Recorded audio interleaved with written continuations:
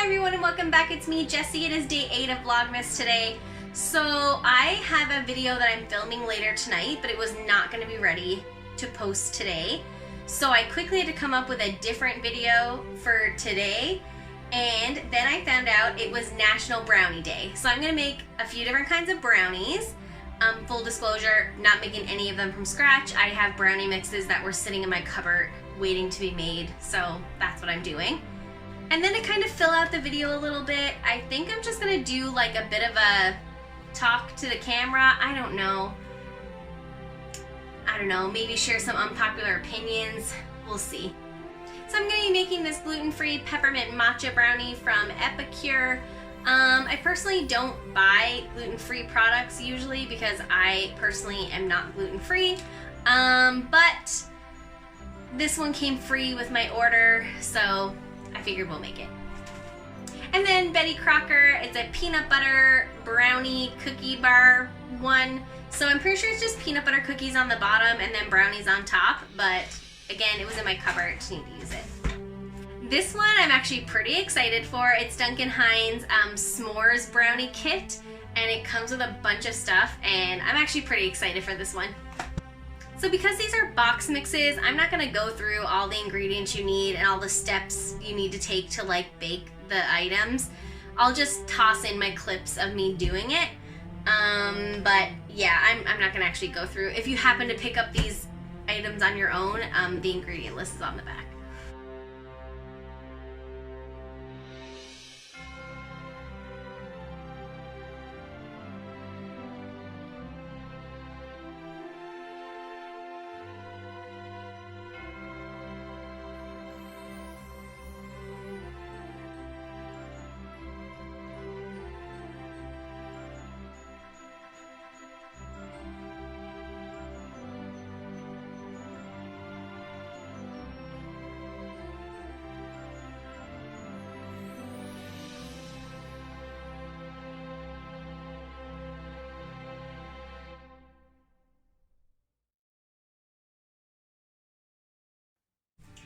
So the peppermint matcha brownies are out of the oven.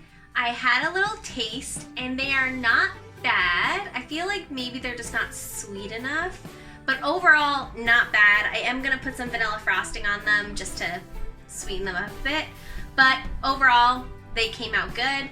The peanut butter cookie brownies are in the oven now, but they take like a half hour. So I think this is a good time for me to do like the chatty part of this video.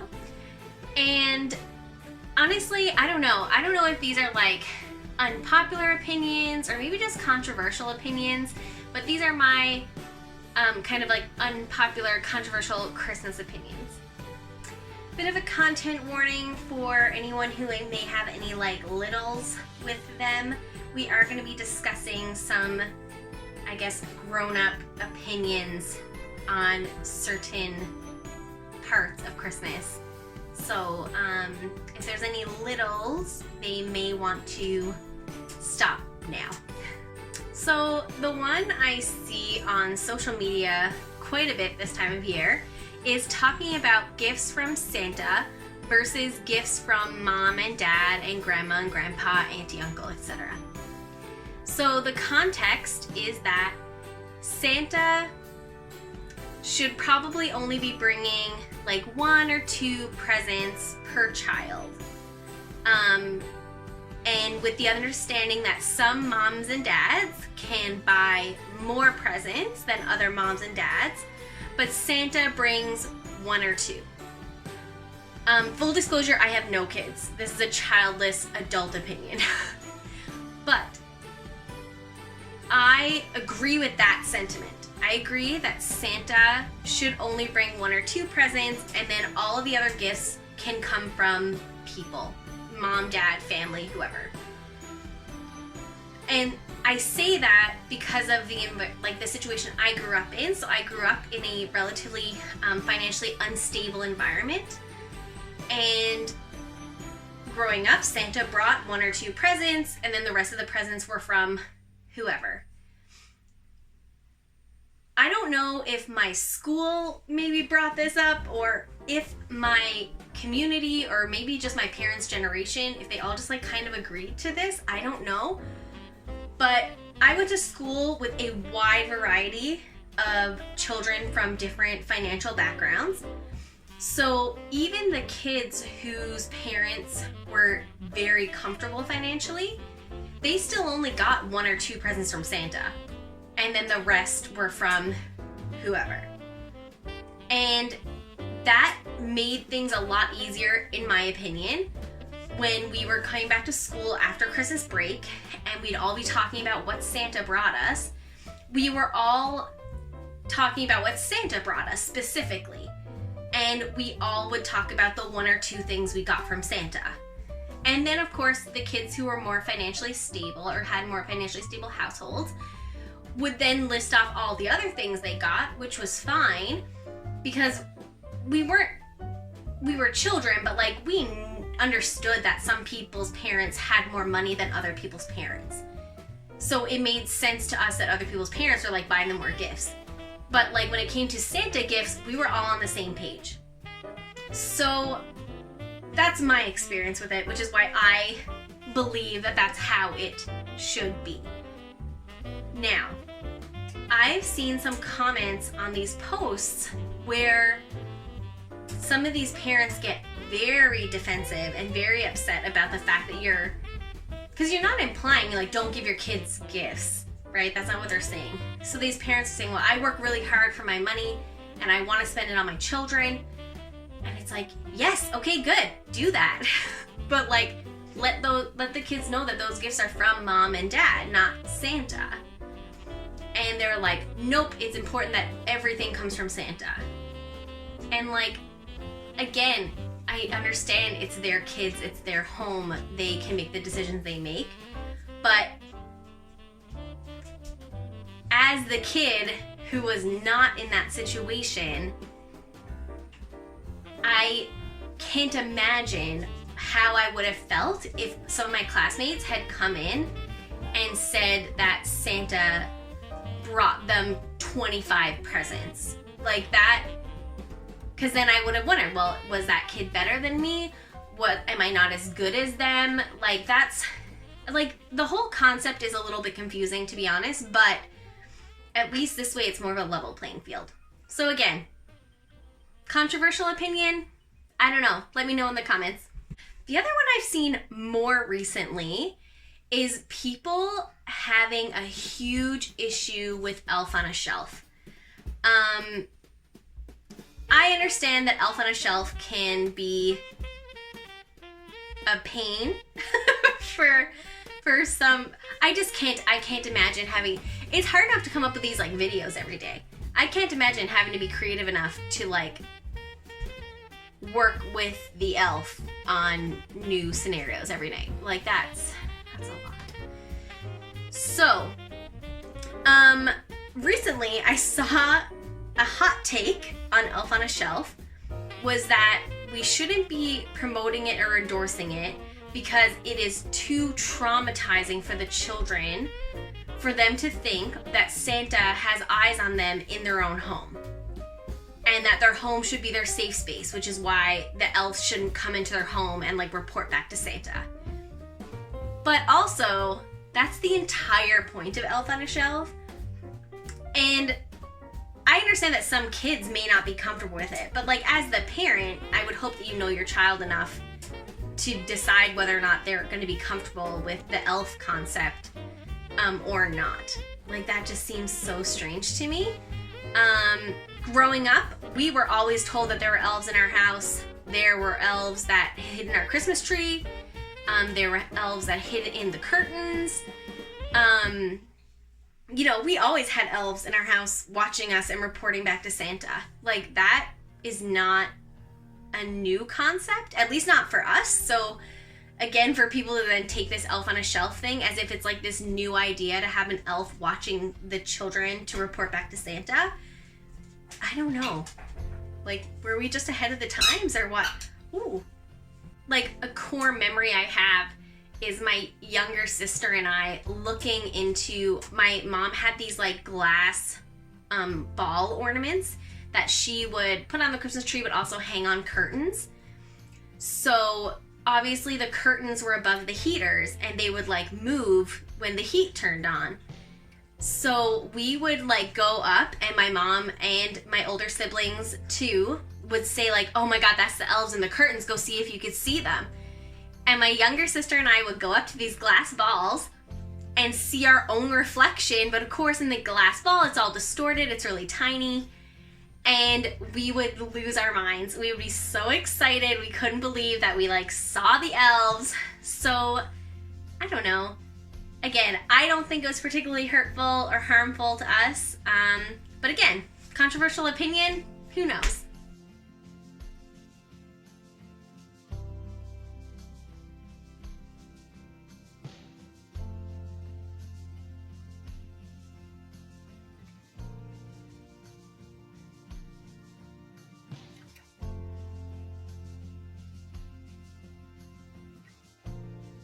So the s'mores brownies are in the oven and they have a while to go. So I'm going to toss out a few more, I guess, controversial or unpopular Christmas opinions. So I asked my friends on Snapchat if they had any kind of unpopular or controversial opinions that they'd like me to talk about. So one of them that came up, it kind of ties back to my earlier comment about how many gifts Santa should bring. And that is, what is the value of those presents? Like, should they be really expensive presents, or should really expensive presents come from mom and dad and Santa only brings like some of the more like lower cost fun toys? Interesting. So I never really thought about that a whole lot. I don't know if it's because when I was of that age,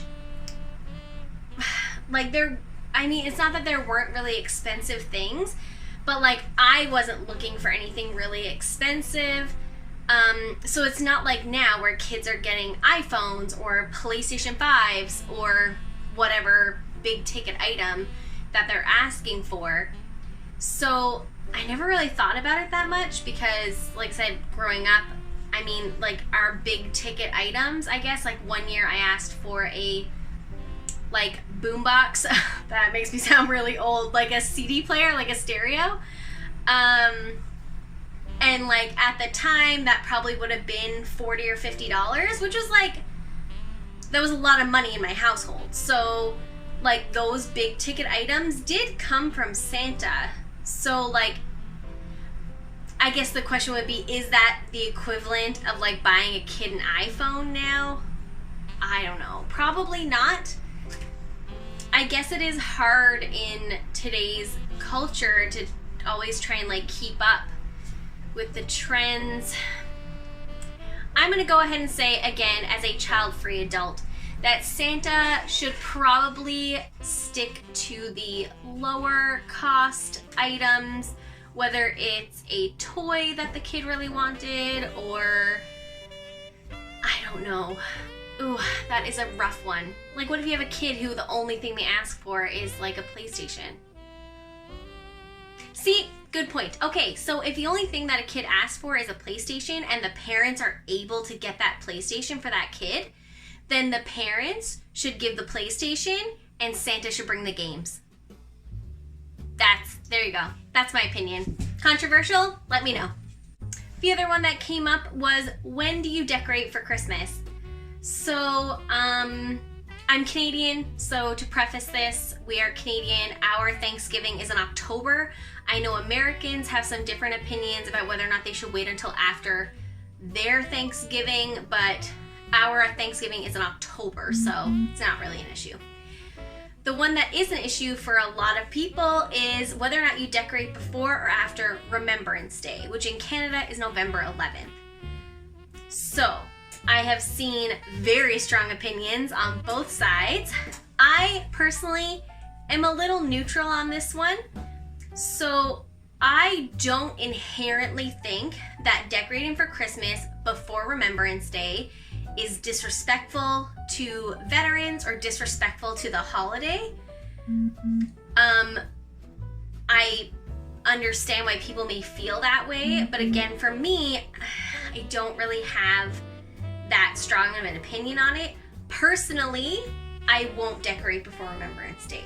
That is my personal kind of decision. I typically don't decorate until the first weekend in December, sometimes the last weekend of November, just depending on how it works out. But that's like us personally. Again, controversial? Let me know.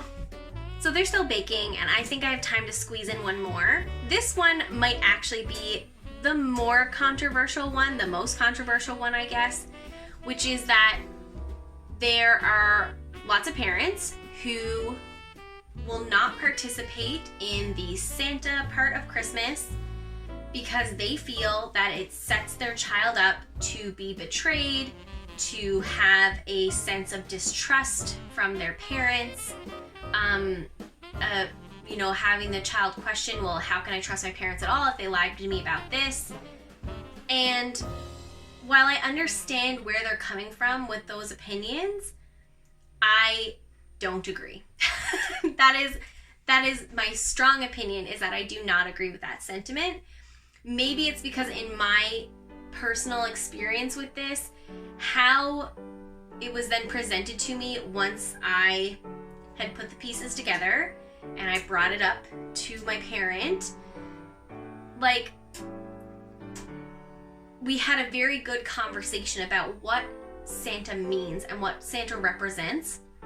So the spirit of Santa, the spirit of giving and kindness and goodness, that stuck with me and that resonated with me. So I never felt like that anyone lied to me, or that anyone had been not truthful with me, or that I was betrayed somehow. I never lost the magic of Christmas through that. And I know that's not everyone's experience. And for those of you who went through that and then it did really take away that magic of Christmas, I'm sorry. And I'm sorry that your grown up maybe didn't phrase it or frame it in a way that they could have. I think that Santa is an important part of Christmas, and I know that's a whole different controversial topic about commercialized Christmas versus the true roots of Christmas versus the actual true roots of Christmas, and that's a whole other thing we could talk about. But I think that there are certain experiences for children who celebrate Christmas that come with the Santa concept, and I personally wouldn't want my hypothetical child or my nieces or nephews to miss out on that. And that is my opinion. Controversial? Let me know. So that's it for this video. These are the s'mores brownies. They look so freaking good. And then I packed up the peanut butter cookie ones and the peppermint ones that I did put frosting on. So I ended up getting a bunch more controversial or unpopular Christmas opinions. So I think I'm gonna do a whole other video. So if you have any other controversial or unpopular Christmas opinions, please leave them down below. Send me a message. I might even get B in on this one for the next video. And that's all. So thank you for watching, and we'll see you tomorrow. Bye-bye.